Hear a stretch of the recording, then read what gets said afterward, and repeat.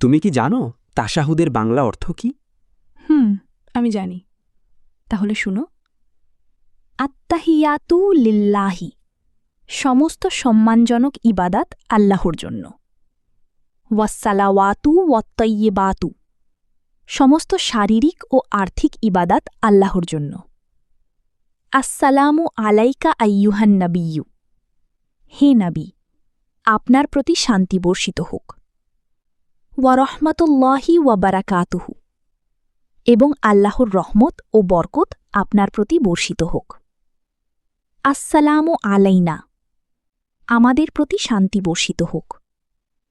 ওয়ালা ইবাদিল্লাহিস সলিহিন, এবং আল্লাহর নেক বান্দাদের প্রতিও শান্তি বর্ষিত হোক। আশহাদু আল্লা ইলাহা ইল্লাল্লাহু, আমি সাক্ষ্য দিচ্ছি যে আল্লাহ ছাড়া কোনো উপাস্য নেই।